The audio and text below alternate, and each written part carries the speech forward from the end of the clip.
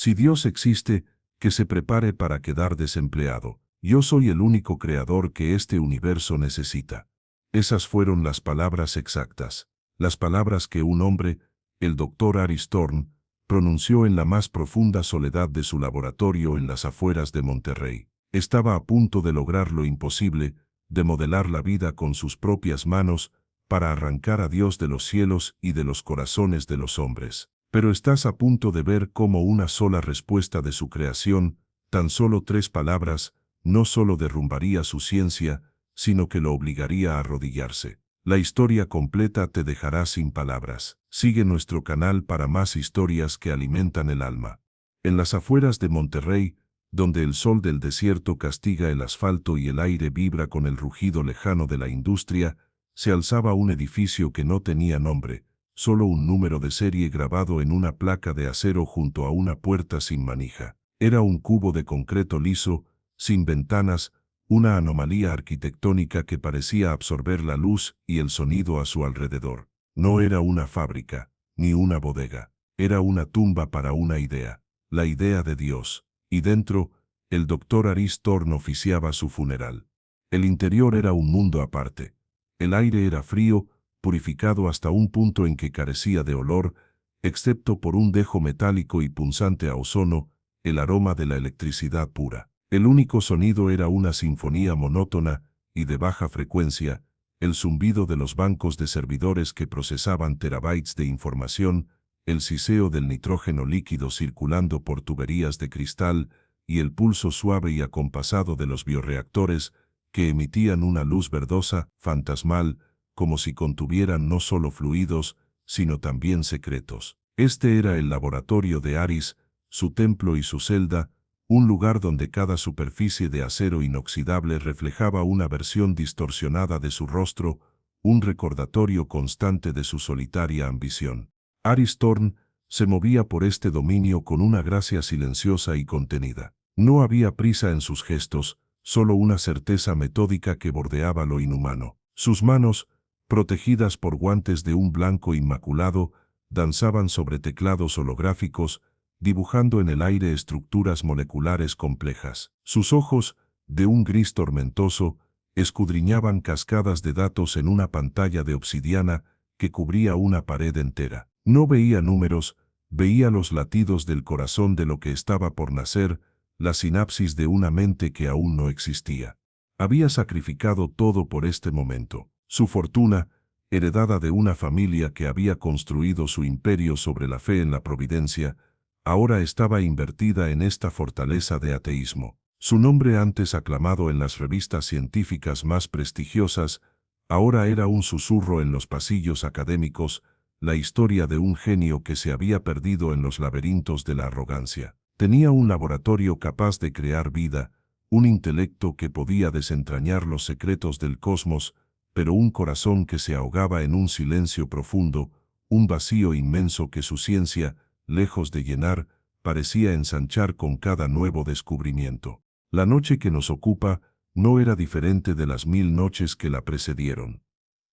Aris estaba inmerso en la fase crítica del proyecto Prometeo, como lo había bautizado en un acto de suprema soberbia. Estaba a punto de introducir la secuencia de ARN mensajero que, en teoría, instruiría a la célula sintética primordial a autoorganizarse, a convertirse en un sistema complejo, a vivir. Construyó el santuario más avanzado de la ciencia con las mismas manos que en su mente se preparaban para derribar la última columna que sostenía el cielo. Su objetivo no era solo crear vida, era arrancarle el misterio, exponerla como una simple aunque elegante reacción química. Quería demostrar que el alma era una ficción poética y que la conciencia no era más que el eco de impulsos eléctricos en una red neuronal.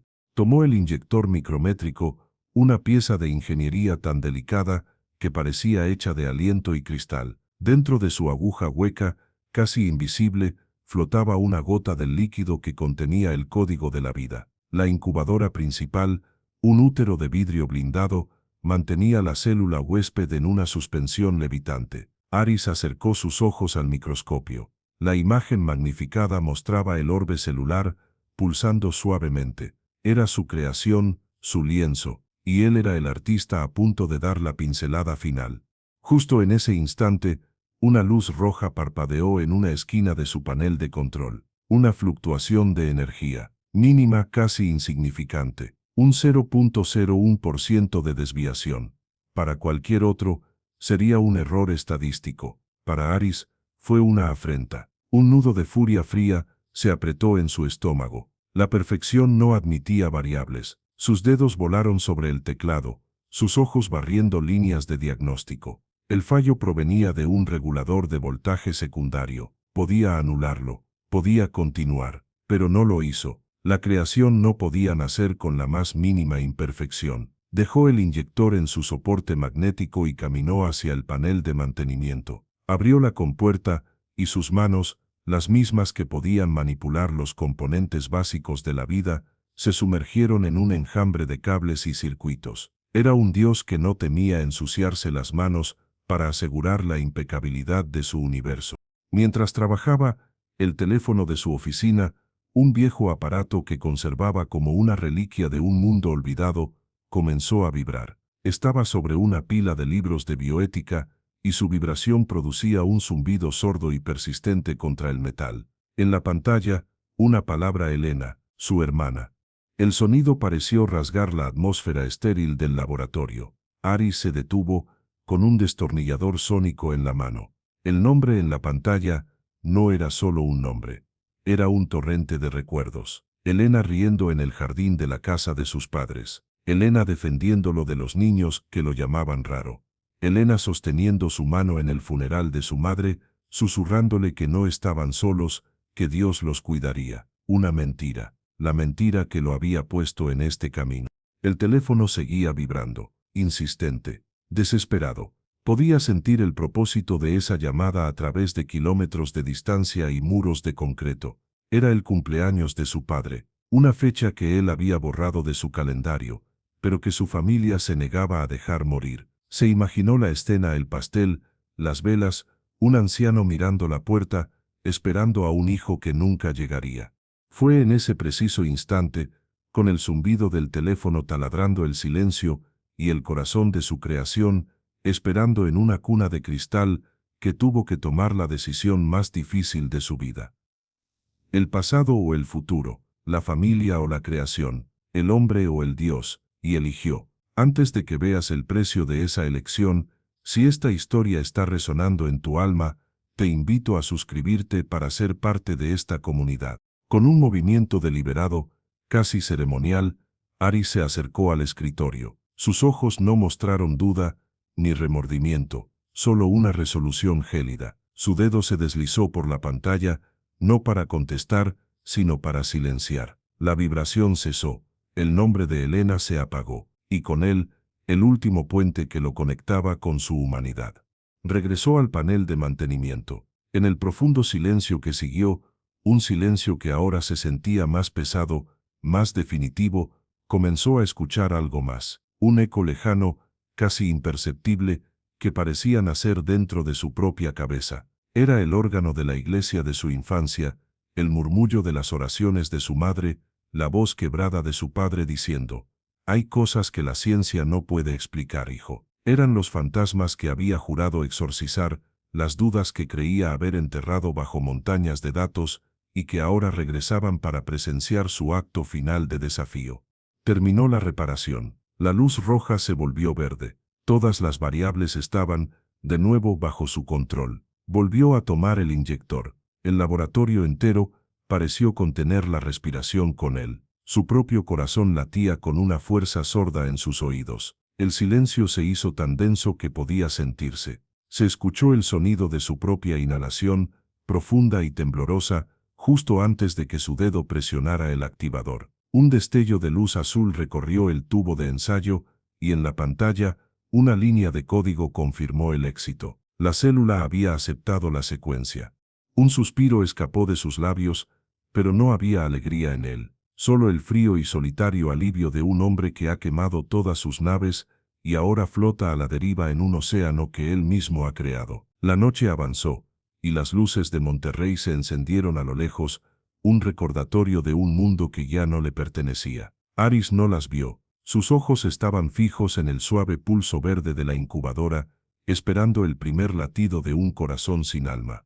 El pulso de la célula en la incubadora era constante, un destello verde y rítmico que marcaba el compás de una nueva forma de vida. Para Aris, era el sonido del éxito, la prueba irrefutable de su control sobre la materia. Pero mientras observaba la luz parpadear en la penumbra del laboratorio, el pulso comenzó a cambiar. Se hizo más lento, más profundo. El suave destello verde se transformó en un sonido en su memoria, un pitido agudo y regular que lo transportó lejos de allí, a otra habitación, otra vida, otro tiempo. El olor a ozono se desvaneció, reemplazado por el aroma inconfundible del antiséptico y la tristeza. El frío del laboratorio se convirtió en el frío de un pasillo de hospital de hacía 20 años.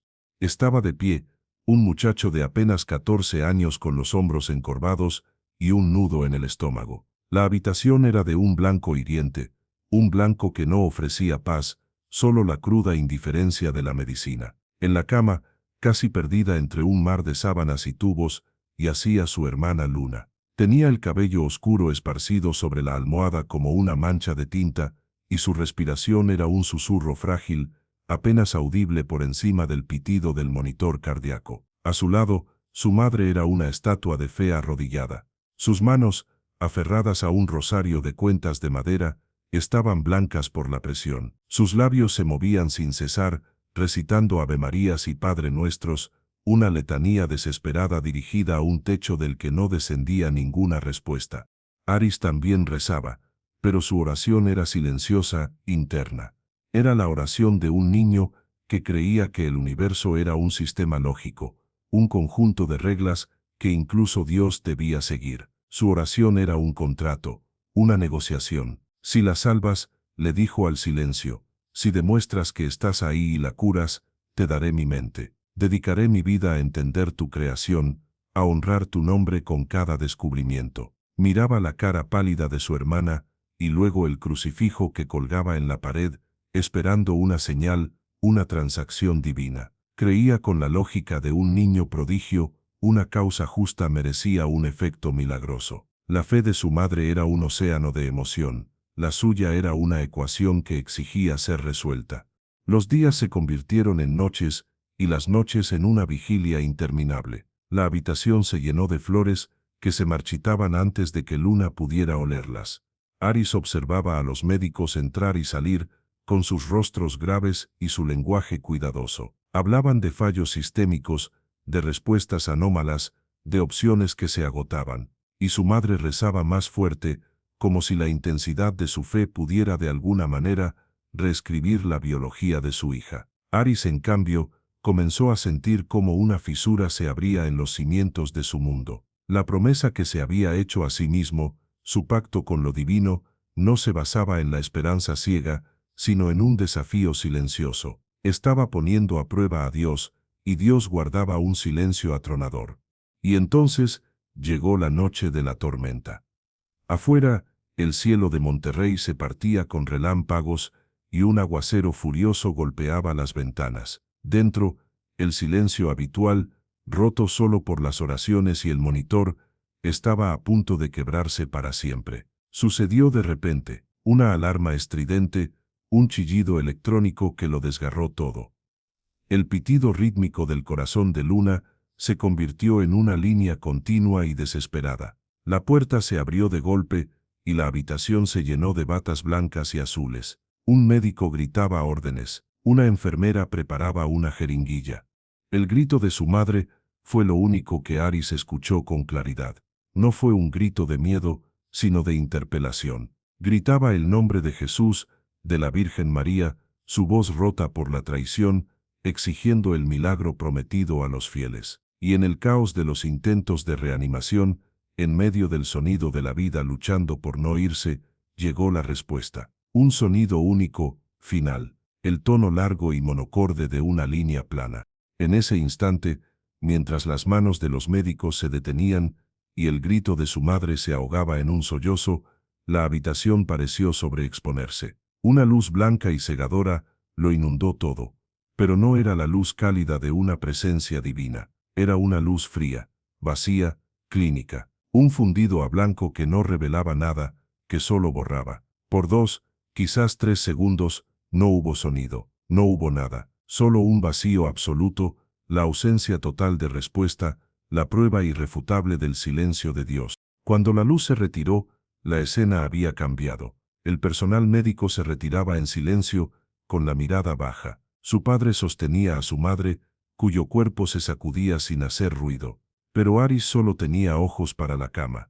Vacía en su propósito, ahora solo un mueble. El rosario de su madre había caído al suelo, sus cuentas de madera esparcidas como semillas estériles. Y allí, de pie en medio de la ruina de la fe de su familia, el joven Aris hizo una nueva promesa. No a Dios, sino a sí mismo. Una promesa forjada en la ira y el dolor. Si el universo era gobernado por un creador tan cruel o tan indiferente, él construiría uno mejor. Un universo sin azar, sin dolor injusto, sin oraciones sin respuesta. Un universo que él pudiera entender y, sobre todo, controlar.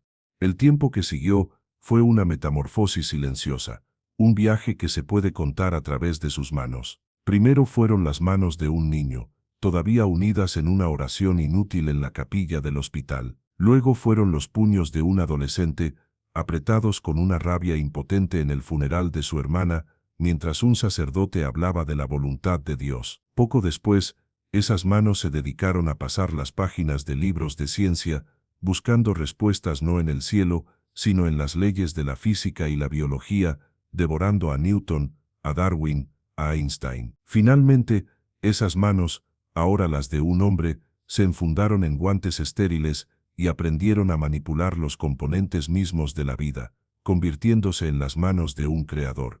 El pitido del monitor del hospital se disolvió, y Aris parpadeó. El pulso verde de la incubadora seguía allí, firme, constante. Estaba de vuelta en su laboratorio, en el presente. Pero el pasado no se había ido. Estaba incrustado en cada pieza de ese lugar, en cada línea de código, en cada molécula que ahora se dividía y multiplicaba ante sus ojos. No estaba simplemente creando vida. Estaba resucitando una vieja guerra. Estaba construyendo una respuesta al silencio que lo había destrozado 20 años atrás. Y esta vez, estaba seguro de que él tendría la última palabra. El éxito de la primera división celular fue solo eso, el primer aliento. No fue el milagro de la vida, sino la confirmación de una hipótesis. El verdadero trabajo, la obra de ingeniería divina que Aris se había propuesto, apenas comenzaba. Crear una célula era el trabajo de un biólogo, crear un ser era el trabajo de un dios. Y Aris abordó la tarea con la devoción fanática de un sumo sacerdote en el día más sagrado de su calendario. Cada mañana, al amanecer, aunque dentro de su fortaleza de concreto no había diferencia entre el día y la noche, Aris iniciaba un ritual inmutable. No era una oración, sino una calibración. Recorría cada terminal, cada sensor, cada bioreactor, sus dedos deslizándose por las pantallas táctiles, sus ojos verificando cada lectura con una concentración absoluta. Era como un sacristán que prepara el altar para la misa, asegurándose de que cada vela, cada cáliz, esté en su lugar exacto. Tenía rutinas secretas, protocolos que solo él entendía, una liturgia de la ciencia, donde la contaminación era el único pecado y el error, la única blasfemia. Los primeros meses fueron una lección de humildad que el orgullo de Aris se negó a aceptar. El camino hacia la vida no era una línea recta, sino un laberinto de fracasos catastróficos. Se propuso crear un sistema estable, una base sobre la cual construir la complejidad. Y mientras ajustaba los parámetros de crecimiento, una frase resonaba en su mente, una declaración de principios que se repetía como un mantra. Su voz interna hablaba con una calma escalofriante, pero las imágenes que se sucedían en su laboratorio contaban una historia de guerra y caos. Él pensaba, la naturaleza es un relojero ciego, un artesano torpe que trabaja por ensayo y error a lo largo de eones. Yo soy el relojero que puede ver. Cada pieza debe encajar a la perfección, sin azar, sin errores, porque mi creación no será un accidente afortunado, sino la inevitable consecuencia de un diseño perfecto.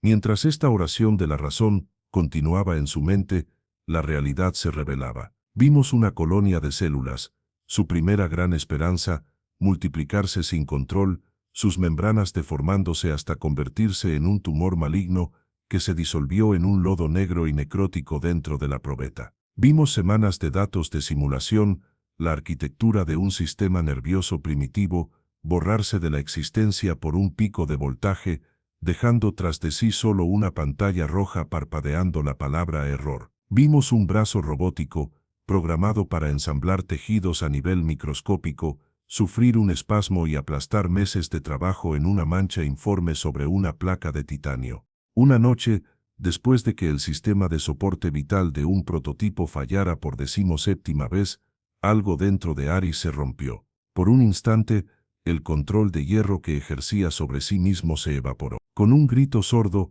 gutural, tomó un matraz vacío y lo arrojó contra la pared de acero. El sonido del vidrio, haciéndose añicos, fue una explosión en el silencio del laboratorio.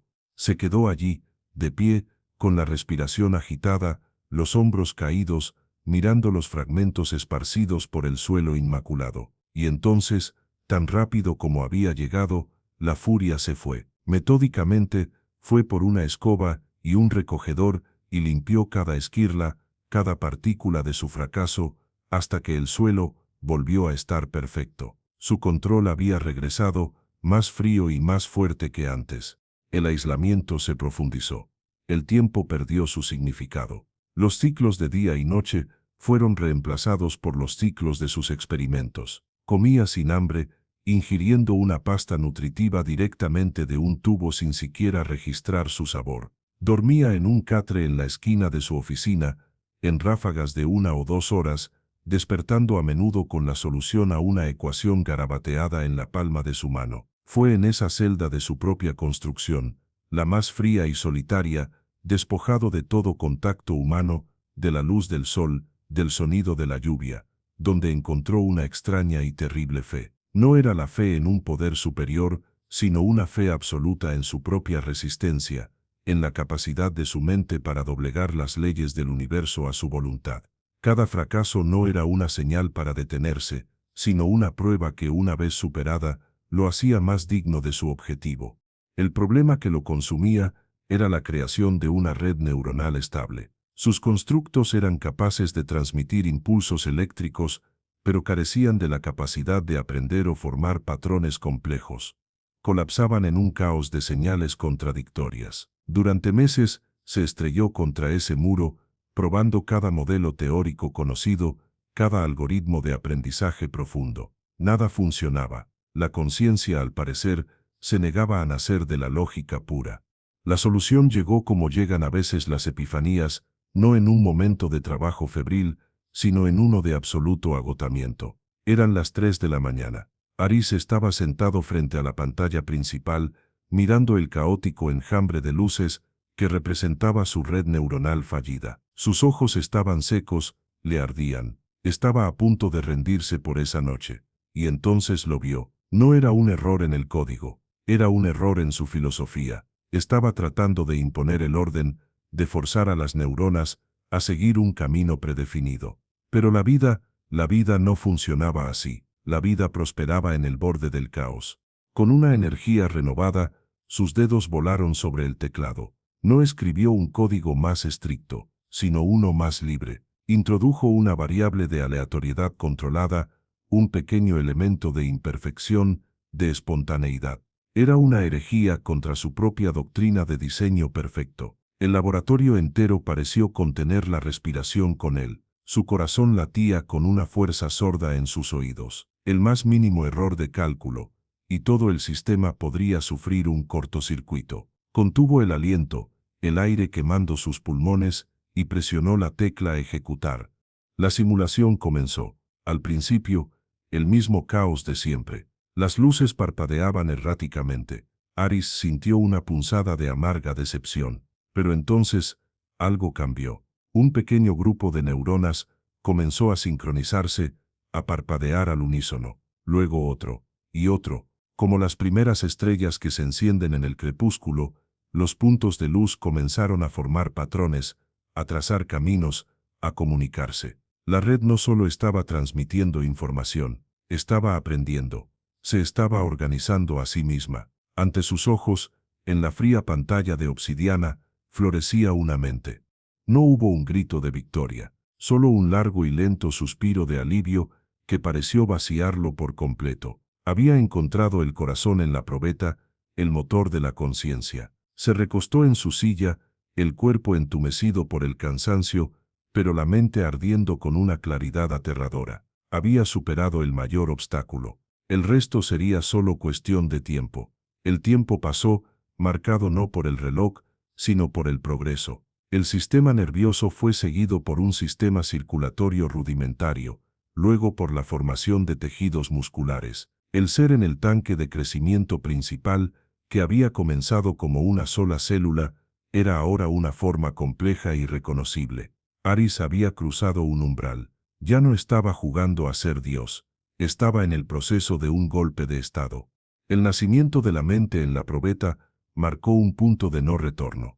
Aris había cruzado el umbral de lo teórico y ahora caminaba por el territorio de lo tangible. Su creación ya no era un conjunto de datos en una pantalla, sino una presencia que crecía, que se desarrollaba en el tanque principal, una forma humanoide suspendida en un líquido amniótico sintético. Y a medida que la criatura tomaba forma, el mundo exterior de Aris se desvanecía, borrado por una obsesión que ahora exigía no solo su intelecto, sino también su alma.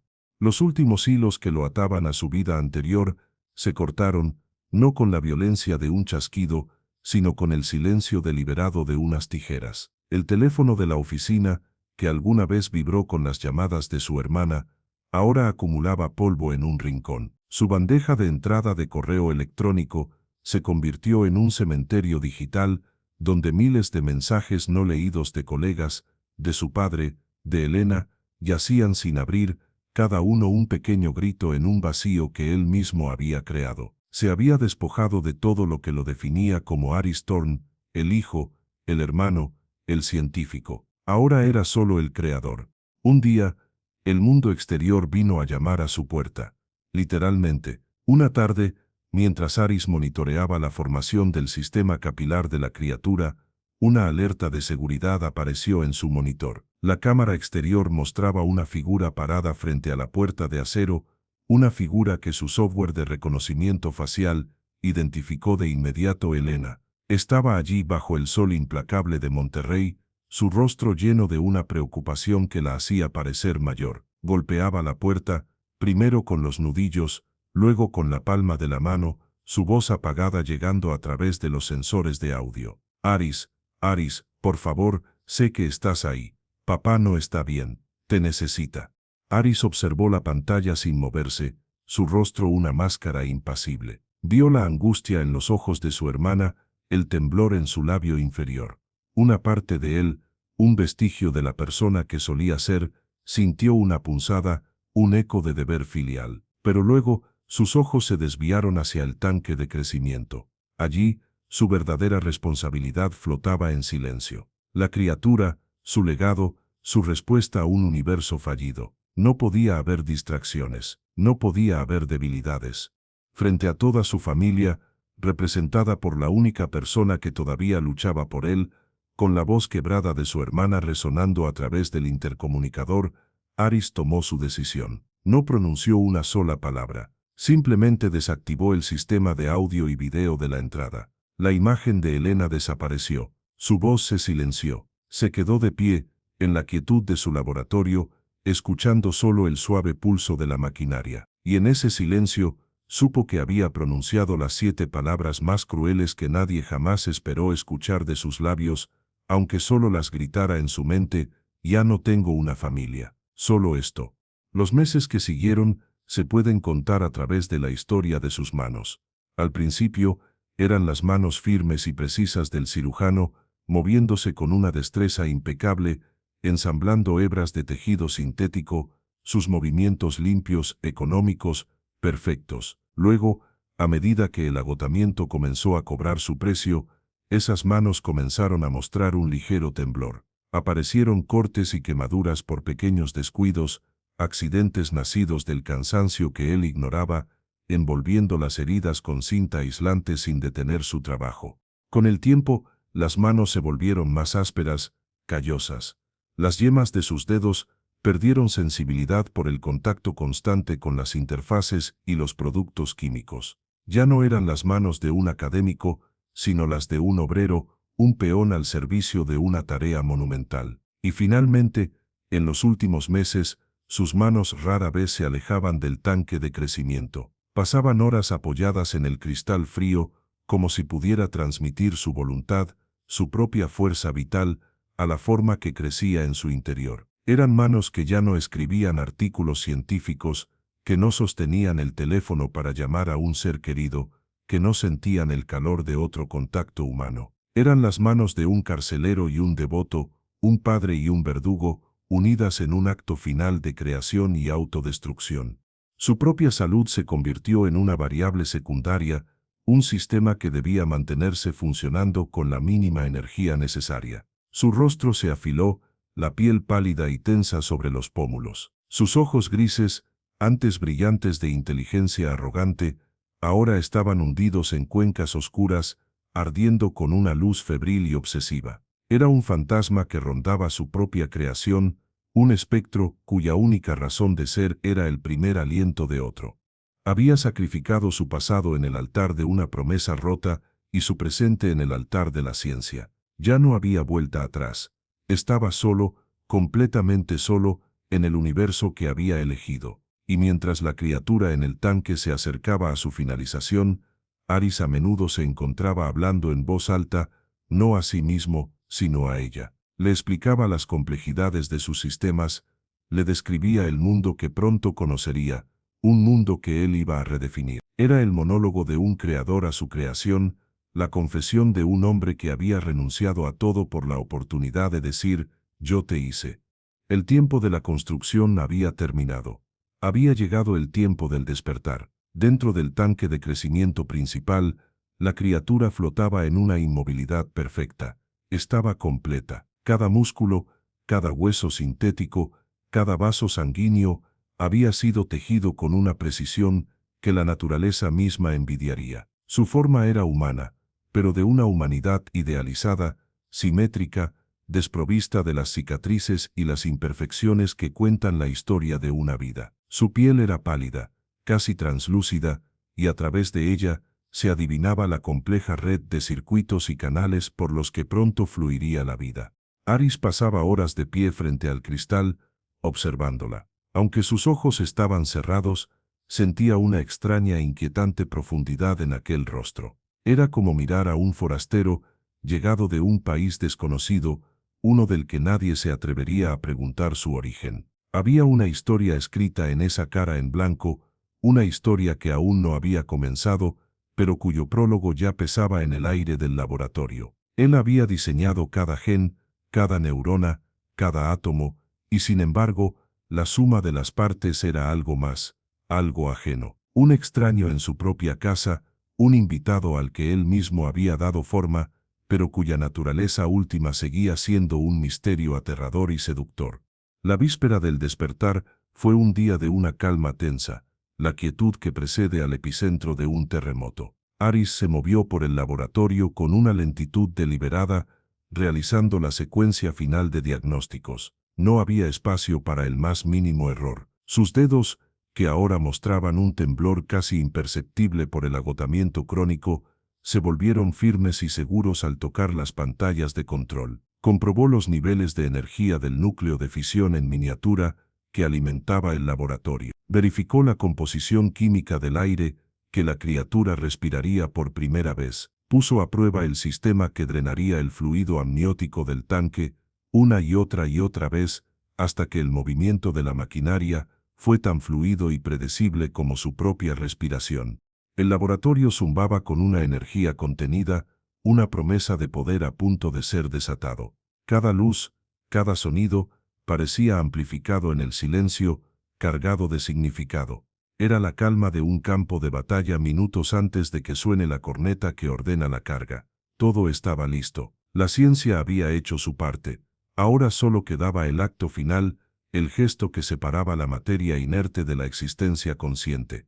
Antes de dirigirse a la consola de activación, Aris hizo algo que no había hecho en años. Se dirigió a un armario de almacenamiento en la esquina más alejada de su oficina, uno que contenía los pocos artefactos que había traído de su antigua vida. Abrió la puerta de metal y de una caja polvorienta sacó un solo objeto. Era un pequeño libro de tapas de cuero gastado, con los bordes de las páginas dorados por el tiempo. La Biblia de bolsillo de su hermana Luna. La había encontrado entre sus cosas después del funeral y en un impulso que nunca pudo explicarse, la había guardado. Al sostenerla en su mano, el cuero frío y suave pareció quemarle la piel. Por un instante, mientras sus dedos rozaban el nombre Luna grabado en la cubierta, el laboratorio se desvaneció. Escuchó el eco de un órgano de iglesia, el murmullo de las oraciones de su madre, la voz de su hermana leyéndole un salmo una noche lejana de su infancia. Eran los últimos fantasmas, los susurros finales de un mundo que estaba a punto de aniquilar para siempre. Su rostro no mostró emoción. No había ira, ni tristeza, solo una resolución vacía. Con una calma que helaba la sangre, caminó hacia la unidad de eliminación de residuos biológicos, un incinerador de alta temperatura que usaba para destruir los experimentos fallidos. Abrió la compuerta. El calor anaranjado del interior se reflejó en sus ojos. No la arrojó con desprecio. Con la misma precisión con la que manejaba su equipo científico, colocó la pequeña Biblia en la plataforma de cerámica. Observó cómo las llamas la envolvían, cómo las páginas se curvaban, se ennegrecían y se convertían en cenizas que danzaban en el calor. Cada promesa de vida eterna, cada palabra de consuelo divino, consumida en un fuego creado por el hombre. Cerró la compuerta. El último puente con su pasado había sido reducido a la nada. Ahora sí estaba listo. Se giró y comenzó a caminar hacia la consola de activación principal, en el centro del laboratorio. Cada paso resonaba en el suelo de epoxi pulido, un sonido solitario y final. Su reflejo se deslizaba a su lado en las paredes de cristal de los bioreactores, la imagen de un hombre demacrado, un espectro de ojos febriles, que había sacrificado su propia humanidad por el poder de la creación.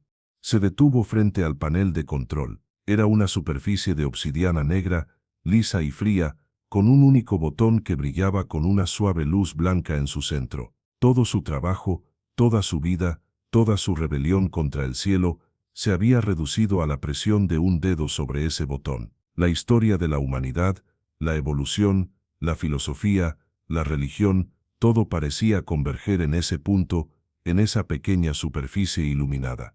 Colocó su mano sobre el escáner biométrico.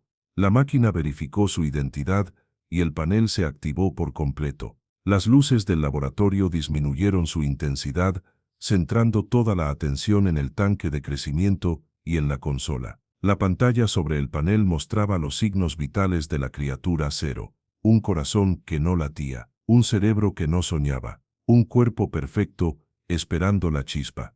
Todo se quedó en silencio. El zumbido de los servidores, el siseo del nitrógeno, todo se desvaneció. Solo quedaba el sonido de su propia respiración, rápido y superficial. Su mano se levantó, su dedo índice apuntando hacia el botón blanco. Lo acercó lentamente, hasta que la punta de su dedo casi rozaba la superficie. El mundo entero pareció detenerse.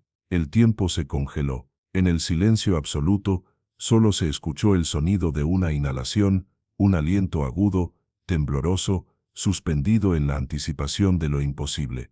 El aliento suspendido se liberó en una exhalación lenta y controlada, y su dedo, el instrumento de su voluntad final, presionó el botón. No hubo un estruendo, ni una explosión de luz, solo un clic suave y discreto, seguido por el zumbido profundo de la maquinaria despertando de su letargo. El sonido fue casi anticlimático, pero para Aris fue el amén de una nueva Biblia, una escrita por él. La secuencia de activación comenzó. Una serie de luces verdes parpadearon en la consola, confirmando que cada sistema funcionaba a la perfección. Dentro del tanque, el líquido amniótico comenzó a drenar, revelando poco a poco el cuerpo completo de la criatura. Era una escultura de carne y circuitos, una obra de arte biológica suspendida por los cables que aún la alimentaban y monitoreaban. Aris observaba, con el corazón latiendo con un ritmo pesado y triunfal. Cada etapa completada era un verso de su evangelio, un argumento irrefutable en su debate contra el cielo. Cuando el tanque estuvo vacío, una serie de brazos robóticos se movieron con una gracia silenciosa, retirando los tubos y sensores del cuerpo de la criatura. La forma humanoide se estremeció, una convulsión eléctrica recorrió sus extremidades. Sus músculos, que nunca habían sido usados, se contrajeron violentamente, y entonces su pecho se arqueó. Hubo un sonido gutural, el espasmo de unos pulmones vacíos forzados a abrirse. La primera inhalación fue un jadeo agudo, un desgarro en el silencio del laboratorio. Había respirado. Estaba vivo. Una sonrisa, la primera en años que no era de desdén o de amarga satisfacción, se dibujó en el rostro de Aris. Era la sonrisa de un dios contemplando el primer amanecer de su creación. Lo había logrado. Había tomado la materia inerte, la había organizado según su diseño y le había insuflado el aliento de la vida. Todo el dolor, el sacrificio, la soledad, todo había valido la pena. En ese instante, la memoria de su hermana Luna, la tragedia que había sido el catalizador de toda su existencia, se sintió no como una herida, sino como una justificación. Él no había podido salvarla, pero había vencido a la muerte misma. Había corregido el error fundamental del universo. Entonces, los ojos de la criatura se abrieron. No fue un parpadeo lento y confuso como el de un recién nacido. Fue un acto instantáneo, definitivo. Un instante estaban cerrados, y al siguiente, estaban abiertos, mirando directamente a Aris a través del cristal blindado. No eran grises como los de Aris, ni azules, ni marrones. Eran de un color imposible, un dorado líquido que parecía contener una luz propia, y en su profundidad no había confusión ni miedo. Había una serenidad, una inteligencia y una sabiduría que parecían más antiguas que el tiempo mismo. Aris sintió un escalofrío involuntario, pero lo descartó como una respuesta a la culminación de su obra. Era la prueba de que su red neuronal no solo funcionaba, sino que era perfecta.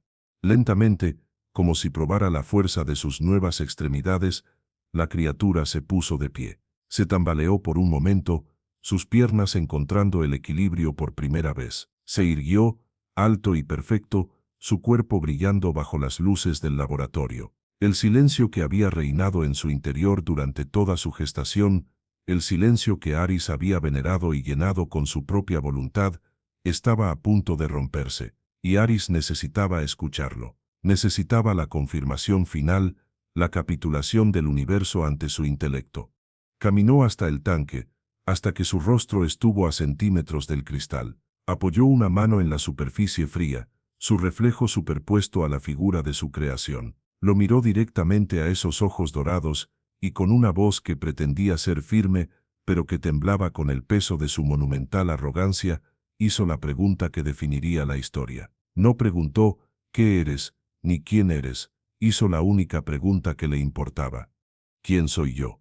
La criatura inclinó la cabeza, un gesto de curiosidad o de compasión. Su boca, perfectamente formada, se abrió. Aris contuvo la respiración, esperando su título, Creador, Padre, Dios.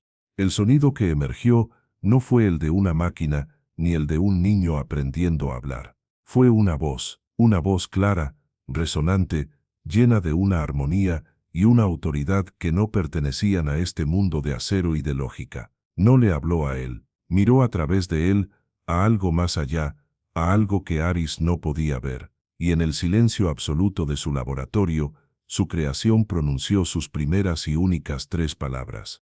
Perdónalo, Padre nuestro.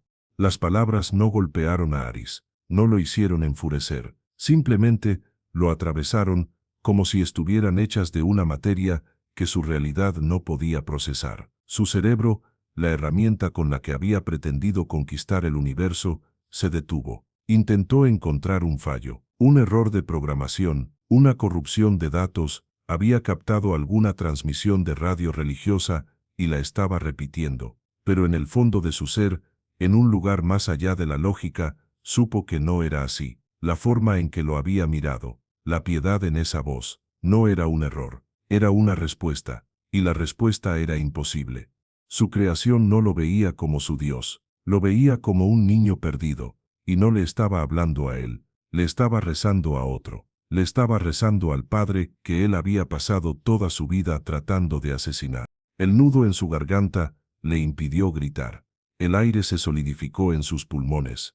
El laboratorio a su alrededor comenzó a perder su forma, los bordes de la maquinaria se difuminaron. Los ojos dorados de la criatura fueron lo último que vio con claridad, y en ellos no había juicio, solo una compasión infinita que era 1000 veces más devastadora que cualquier castigo. Su mente, incapaz de reconciliar su universo perfectamente ordenado con esas 3 palabras imposibles, se fracturó.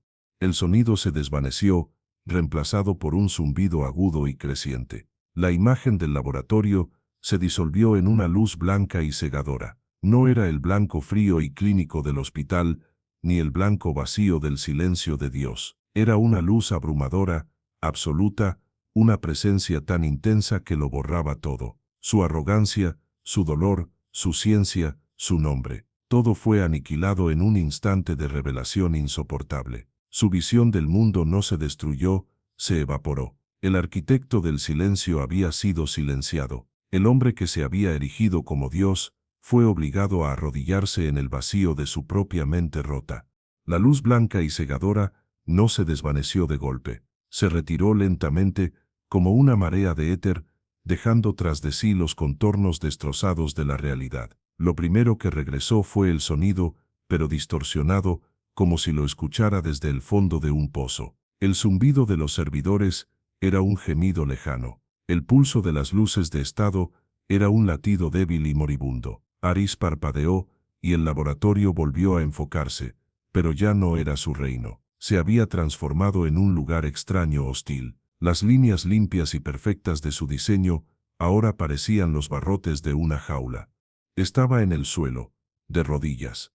El frío del epoxi se filtraba a través de la tela de su pantalón, pero apenas lo sentía. No recordaba haber caído. Su cuerpo temblaba, no de frío, sino por una convulsión interna, el colapso total de su sistema nervioso. Levantó la vista, y el aliento se le atoró en la garganta. La criatura seguía allí, de pie en el umbral del tanque de crecimiento, inmóvil. Sus ojos dorados no habían dejado de mirarlo, y en ellos seguía esa misma expresión serena, esa compasión insoportable que era como sal en la herida abierta de su alma. Aris esperaba cualquier cosa menos eso. Un ataque, una muestra de poder, un grito de desafío. Esperaba el juicio de un nuevo Dios, la ira de un Prometeo desatado. En cambio, recibió la piedad silenciosa de un santo, y esa piedad lo estaba desintegrando. Se puso de pie con dificultad, usando la consola como apoyo. Sus piernas eran débiles, ajenas. Él, el arquitecto de la vida, el hombre que había doblegado las leyes de la física a su voluntad, apenas podía sostenerse en pie. Se enfrentó a su creación, una distancia de apenas 5 metros separándolos. 5 metros que se sentían como un abismo infinito. El silencio en la habitación era absoluto, pero en la mente de Aris era un manicomio. Las 3 palabras de la criatura no habían desaparecido, se habían convertido en un eco, rebotando sin cesar en las paredes de su cráneo. Mientras miraba el rostro perfecto de la criatura, las escuchó de nuevo, esta vez como un susurro en su oído. «Perdónalo, Padre nuestro». Un sollozo seco y ahogado escapó de sus labios. Tropezó hacia atrás, alejándose del tanque, chocando contra una mesa de instrumental. Varios objetos de metal cayeron al suelo con un estrépito que pareció una blasfemia en el silencio sagrado. Se cubrió los oídos con las manos, como si pudiera bloquear un sonido que nacía desde adentro. Pero el eco era implacable. A veces era un susurro, a veces un coro atronador, a veces en la voz de la criatura, a veces, y esto era lo más aterrador, en la voz de su propia madre. «Perdónalo, Padre nuestro». Los siguientes días, o quizás fueron horas, o semanas, se perdieron en una neblina de tiempo fracturado. La conciencia de Aris se convirtió en una serie de fragmentos inconexos. En un momento, estaba de pie frente a la pantalla principal, mirando fijamente las líneas de código que habían dado origen a la criatura. Antes eran un lenguaje que él dominaba, ahora eran glifos extraños y sin sentido. Un parpadeo, un breve fundido a negro en su percepción, y se encontraba en el suelo, en la esquina más alejada del laboratorio, hecho un ovillo, con la cara contra el frío del concreto. Otro parpadeo, y estaba de vuelta frente al tanque, con las manos apoyadas en el cristal, su aliento empañando la superficie, buscando desesperadamente una respuesta en aquellos ojos dorados que nunca se cerraban. Sus manos, las mismas manos que con una precisión casi divina, habían construido un ser vivo, ahora eran las manos de un hombre perdido. Ya no creaban, solo temblaban. Se las pasaba por el pelo, una y otra vez, en un gesto de infinita ansiedad. Trazaban sin rumbo los patrones del suelo, se apretaban contra sus sienes, en un intento inútil de exprimir la lógica de una situación que había trascendido la razón. Él había construido una forma perfecta, casi sagrada, con las manos de un santo. Pero ahora se sentía como el más grande de los pecadores, juzgado en silencio por el mismo ser al que le había dado vida. Había alcanzado el pináculo del conocimiento humano. Tenía ante él la prueba viviente de que podía crear un cuerpo consciente. Poseía la mayor riqueza científica que cualquier ser humano hubiera soñado jamás, y sin embargo, su corazón se ahogaba en el silencio más profundo y aterrador que había conocido. Su victoria era su infierno. Cada pulso de luz del equipo, cada zumbido de la maquinaria, era un recordatorio de que su universo, tan cuidadosamente construido sobre la base de la certeza, se había derrumbado, dejando solo un vacío. La criatura nunca se movió de su lugar. No comía, no bebía, no dormía, simplemente estaba de pie, observando a su creador desmoronarse. Su presencia silenciosa era una tortura. Aris empezó a verla no como su creación, sino como su carcelero, un guardián impasible en la prisión de su propio laboratorio. A veces en su delirio, le gritaba, le exigía que hablara de nuevo, que explicara, que le diera sentido al caos que había desatado en su mente. «Habla», le gritó una noche, su voz ronca por el desuso. «¿Qué eres? Dime qué eres. Te lo ordeno. Yo te hice». Pero la criatura solo lo miraba, y en sus ojos dorados, Aris no veía obediencia, ni desafío. Solo veía esa compasión infinita, esa piedad que lo despojaba de su ira y lo dejaba solo con su dolor. Se deslizó por la pared hasta quedar sentado en el suelo, derrotado. El eco regresó, esta vez suave, como una canción de cuna terrible. «Perdónalo, Padre nuestro». Y por primera vez desde que era un niño en el funeral de su hermana, Aris Torna lloró. Las lágrimas se secaron, dejando en su lugar la costra salina de una nueva y terrible resolución. El colapso emocional había vaciado a Aris, pero su mente, el motor que lo había impulsado toda su vida, se negó a morir. Se reinició, no con arrogancia, sino con la fría y desesperada lógica de un animal acorralado. Si la realidad se había roto, él encontraría la fisura. Si un milagro había invadido su laboratorio, él lo pondría bajo el microscopio. El dolor dio paso a la furia, y la furia se transformó en una obsesión metódica. Ya no era un dios roto, era un inquisidor, y su única herejía era una verdad que no podía explicar. Se levantó del suelo, su cuerpo moviéndose con la rigidez de un autómata. Su mirada ya no era la de un hombre atormentado, sino la de un científico enfrentado a la anomalía definitiva. La criatura, de pie y en silencio, dejó de ser su creación y se convirtió en el problema. Un conjunto de datos imposibles que él, Aris Torn, estaba programado para resolver. Y así comenzó la interrogación más extraña de la historia, la de un hombre tratando de forzar al universo a confesar sus secretos a través de la máquina que él mismo había construido. Su fe renovada, no en Dios, sino en el método científico, se convirtió en su nueva oración, una letanía de principios que se repetía en su mente mientras sus manos, antes temblorosas, se movían con una nueva y febril energía. Eran las manos de un pecador tratando de deshacer su pecado, no con arrepentimiento, sino con explicación. Mientras se aferraba a su credo, la evidencia que desenterraba solo servía para demolerlo. Su voz interior insistía, con una terquedad casi infantil: todo fenómeno tiene una explicación racional.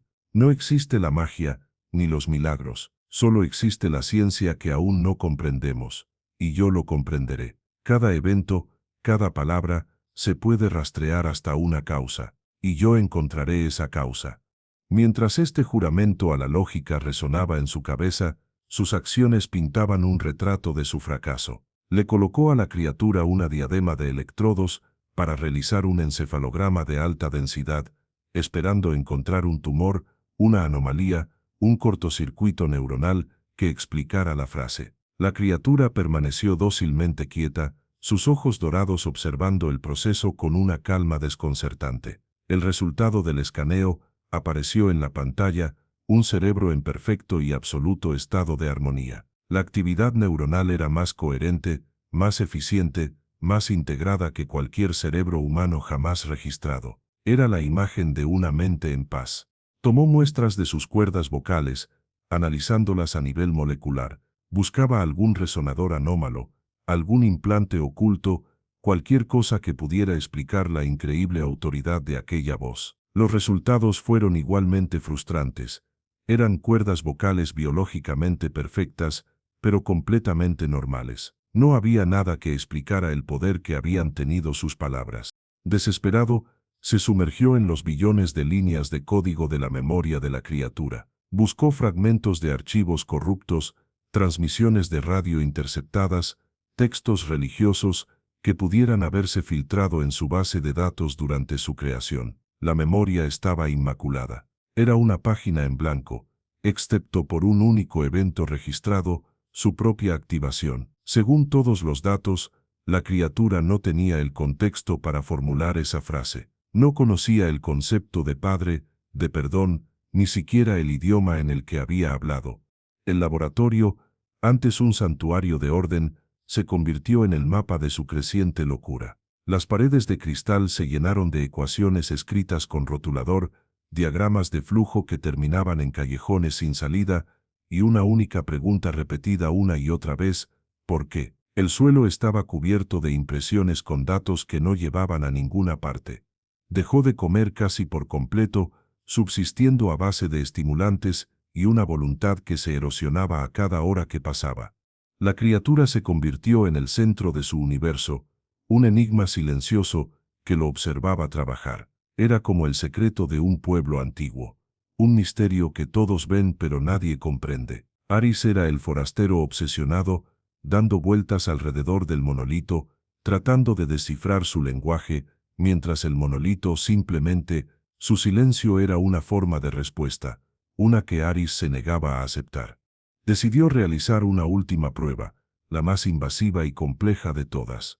Un escaneo neurosemántico profundo, una técnica experimental que él mismo había diseñado para rastrear el origen exacto de un pensamiento a través de las vías neuronales, desde su concepción hasta su verbalización. Era su última esperanza de encontrar el fallo, la pieza del rompecabezas que le devolvería su cordura y su universo ordenado. Mientras el programa se preparaba, la tensión en el laboratorio era sofocante. La criatura estaba conectada a la máquina por una red de fibras ópticas que se adherían a su cabeza. Aris estaba en la consola, sus ojos fijos en la barra de progreso. El zumbido de la máquina era el único sonido. Su corazón latía con fuerza contra sus costillas. Este era el momento. La respuesta estaba cerca. Contuvo el aliento, el aire quemando sus pulmones, mientras la barra de progreso llegaba al 100%. Los resultados comenzaron a aparecer en la pantalla. Al principio, eran datos incomprensibles, pero a medida que el software los organizaba, un patrón comenzó a surgir, un patrón que no tenía ningún sentido. Aris se inclinó hacia la pantalla, sus ojos recorriendo las líneas de código, su mente negándose a procesar lo que estaba viendo. El escaneo mostraba que la frase, «Perdónalo, Padre nuestro», no se había originado en el centro del lenguaje, no había nacido en el lóbulo frontal, ni en el área de Broca, ni en ninguna estructura cerebral responsable del pensamiento o el habla. Según el análisis, las tres palabras no habían sido pensadas, no habían sido formuladas, habían surgido, espontáneamente, simultáneamente, desde cada célula del cuerpo de la criatura al mismo tiempo. Era como si cada átomo de su ser hubiera llegado a un consenso instantáneo y hubiera hablado al unísono. Era una imposibilidad biológica, una paradoja física, una violación de cada ley natural que Aris conocía y veneraba. Se recostó lentamente en su silla. El frenesí se había ido, la furia se había apagado, la obsesión se había disuelto. Todo lo que quedaba era un vacío inmenso y silencioso. Había lanzado cada lanza de la lógica contra el muro del misterio, y cada una de ellas se había hecho polvo. La ciencia, su única fe, su única arma, su único refugio, no tenía respuestas. Levantó la vista de la pantalla, de la prueba irrefutable de lo imposible, y miró a la criatura. Sus ojos dorados lo encontraron a través de la habitación, y en ellos, por primera vez, Aris no vio compasión, vio una pregunta silenciosa que ahora él tendría que responder. El zumbido de la maquinaria seguía allí, las luces de los servidores seguían parpadeando. El mundo físico del laboratorio no había cambiado, pero el universo interior de Aris Thorn se había detenido. El motor de su razón, que había rugido sin descanso durante toda su vida, se había gripado y ahora yacía en un silencio sepulcral. Se quedó mirando la pantalla, la prueba científica de un milagro, y la sintió como la lápida de su antiguo yo. Todas sus certezas, todas sus justificaciones, toda su amarga y brillante arrogancia, estaban muertas y enterradas bajo el peso de esos datos imposibles. Lentamente, se levantó de la silla.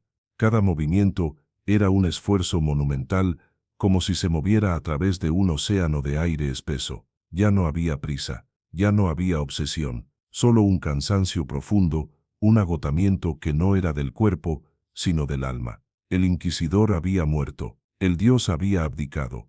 Todo lo que quedaba era un hombre pequeño, roto y terriblemente solo.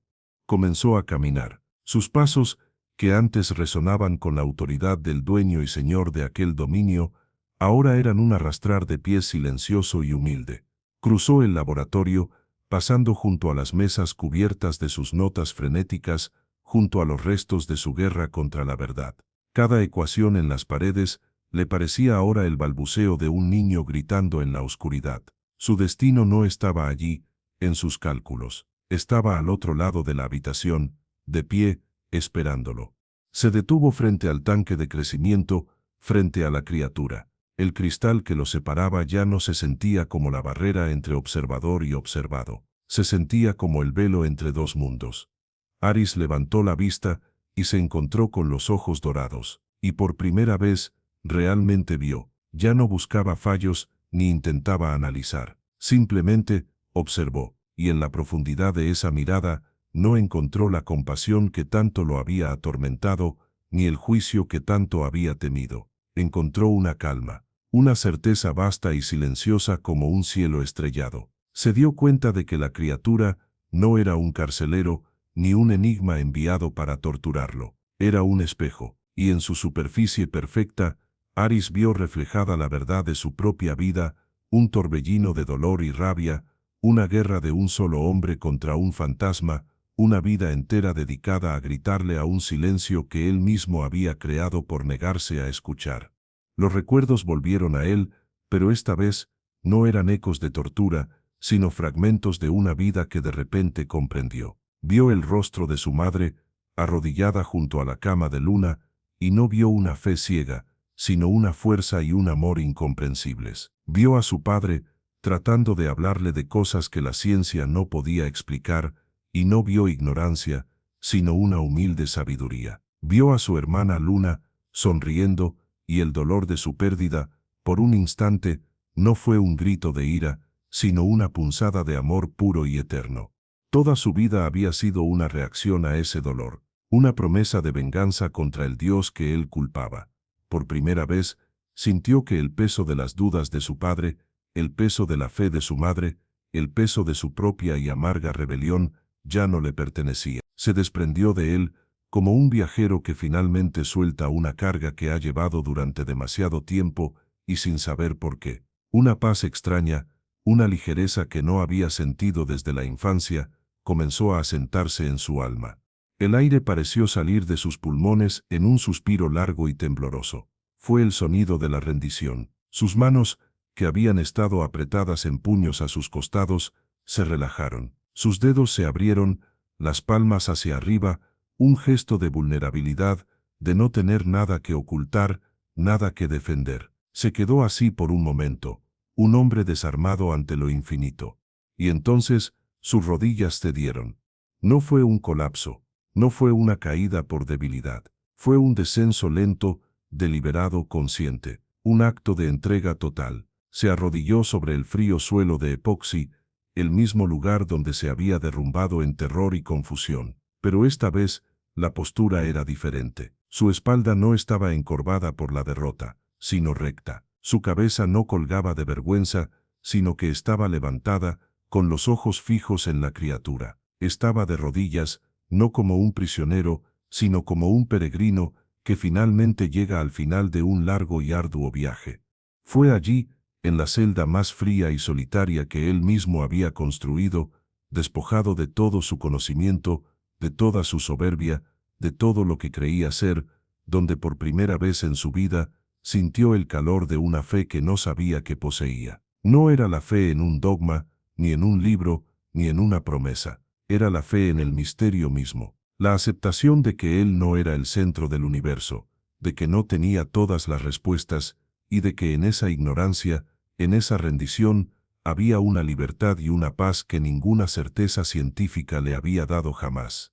Mientras Aris permanecía arrodillado, la criatura se movió por primera vez desde su despertar. Lentamente, con una gracia fluida, levantó su mano derecha. La acercó al cristal, a la altura del rostro de Aris, y con una delicadeza infinita, apoyó la palma de su mano contra la superficie. Un simple gesto, un toque a través de la barrera. No era una absolución, ni una bendición. Era una conexión, un reconocimiento, un punto de encuentro entre el Creador roto y la creación serena. Aris cerró los ojos, inclinó la cabeza y apoyó su frente contra el cristal frío, justo en el lugar donde descansaba la mano de la criatura. El último vestigio de su guerra se disolvió. Ya no había preguntas, ya no había rabia.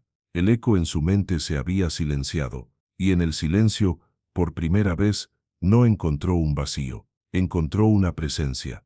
No se sabe con certeza cuánto tiempo permaneció Aris arrodillado en el suelo de su laboratorio, con la frente apoyada contra el cristal y la mano de su creación, ofreciendo un consuelo silencioso desde el otro lado. Podrían haber sido horas, o podría haber sido un día entero. El tiempo, que él había medido con la precisión de los relojes atómicos, había perdido su tiranía. Cuando finalmente se levantó, no fue el mismo hombre el que se puso en pie. El fantasma de ojos febriles se había ido. En su lugar había un hombre con el rostro surcado por el cansancio, pero con una quietud en la mirada que no había tenido en toda su vida. No destruyó su trabajo, no intentó ocultar su fracaso. Miró a la criatura una última vez, y en un acto de claridad final, comprendió. El propósito de aquel ser no era probar o refutar la existencia de Dios ante el mundo. No era un nuevo Mesías, ni un arma científica. Su propósito, de principio a fin, había sido uno solo: alcanzarlo a él, a Aris Thorn, en la profundidad de su prisión de acero y orgullo. No era un descubrimiento para la humanidad, era un mensaje para un solo hombre.